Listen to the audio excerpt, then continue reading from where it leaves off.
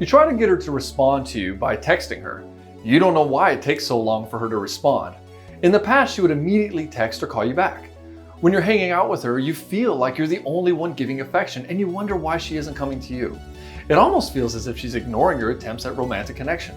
Well, in this video, I'm going to show you what's at play here and how you can have her seek you out, whether it's the first date or the 50th year of marriage.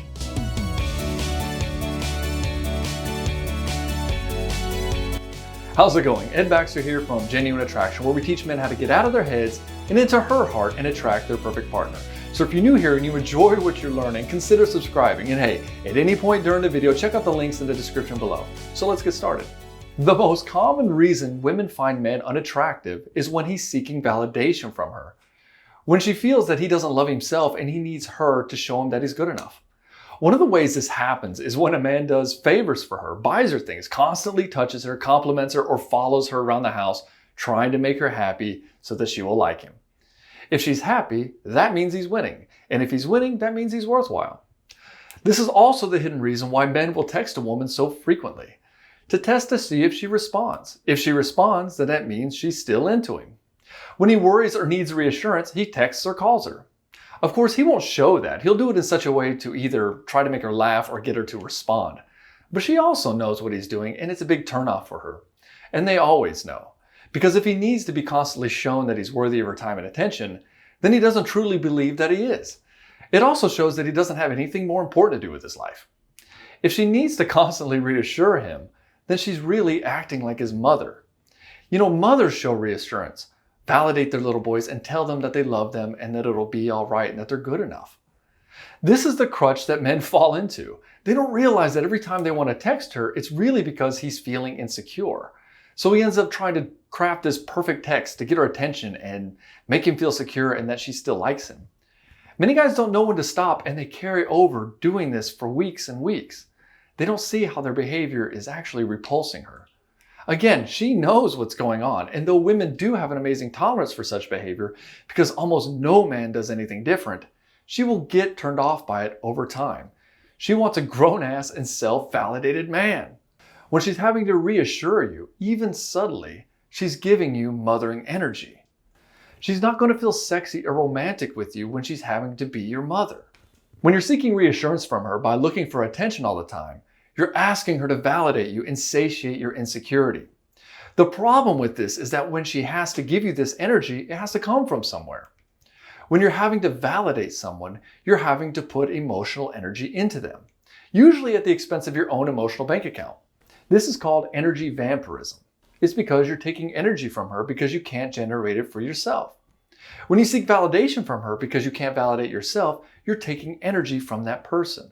This is draining, and at some point she's going to feel drained just thinking about you contacting her. She'll see your text and feel, oh, I gotta make him feel better again. At first, she'll be compassionate and understanding because, we all have problems in life. But if you're an insecure man and you're asking subtly and in hidden ways for this validation, you'll begin to define your relationship with her as her being your mother and you seeking validation that you're a good and attractive boy. When you've defined your interactions this way, you've destroyed any attraction you'll ever see from her. She'll do whatever she can to avoid you, and oftentimes she'll ghost you or even break up with you saying, it's not you, I just am not ready for a relationship, or I need to work on myself. What she's really saying is she doesn't want to hurt your feelings and tell you that you're insecure and needy because she doesn't want you to sink even lower. She's trying to get ahead of that. In a relationship, you go to give. You put more energy in than you take out. So you got to give her the space and let her come to you in her own time. Think of affection like food. At some point you get filled up and you don't want any more. What happens when the other person still gives it to you? You want to get away from them. You're already full. When you're constantly giving the other person attention and they seem to be pulling away from you, you've filled them up. They need time to get hungry for your attention again. If you keep pushing it on them because you can't see that they are full and you're initiating affection constantly, you drive that person away. They feel smothered. She's not necessarily rejecting you, she's just full. And so connection with you is just something that's not important anymore. She's going towards other things in her life. That's why she's not feeling romantic with you and why she can't just turn it on. It's too much. Too much familiarity and not enough distance. If you want her to come to you, give her the space to do so. Seeking connection too much is really a reversal of sexual polarity. You see, men typically lead the tone of the relationship and set the direction, even inadvertently. This means she's going to mirror your behavior. Seeking connection is a feature of feminine energy, and going towards purpose is a feature of masculine energy. When you are seeking connection, you're assuming the feminine energy, which will encourage her into her masculine. This means that when you're looking for attention too much and she's already full, she's going to be focusing on whatever task she needs to get done. This really isn't a problem when she wants your attention and she's seeking connection. You can both come together and fill each other up. But once you get filled up, usually for a man it's after sex, your desire isn't to lay in bed unless it's to take a nap. You're probably going to want to get up and get shit done. Sometimes it's good to not constantly be going towards sexual connection. Perhaps you're both resonating in the masculine when you're both working together, or maybe cleaning the house or paying bills, or perhaps you're both resonating in the feminine when you're having a romantic evening or having a long conversation. Resonance is how we feel safety, trust, and connection with our partner. But if you're in the feminine pole too long and the conversation has run its course, then she'll flip back into the masculine and want to get up and go do something. If you are insecure, you'll want to stay stuck in the feminine pole and you'll still be trying to live in that romance for as long as possible. And she'll get up and walk away. She'll start cleaning the house or looking things up on her phone or plans for the next day or even go shopping. That's a sure sign that you've flipped the polarity. So be the first one to get up and get back to whatever it is you are doing. Don't force her to do it first. She doesn't want to be with her girlfriend. She wants to be with a man with direction. Confident men know she'll come around in her own time.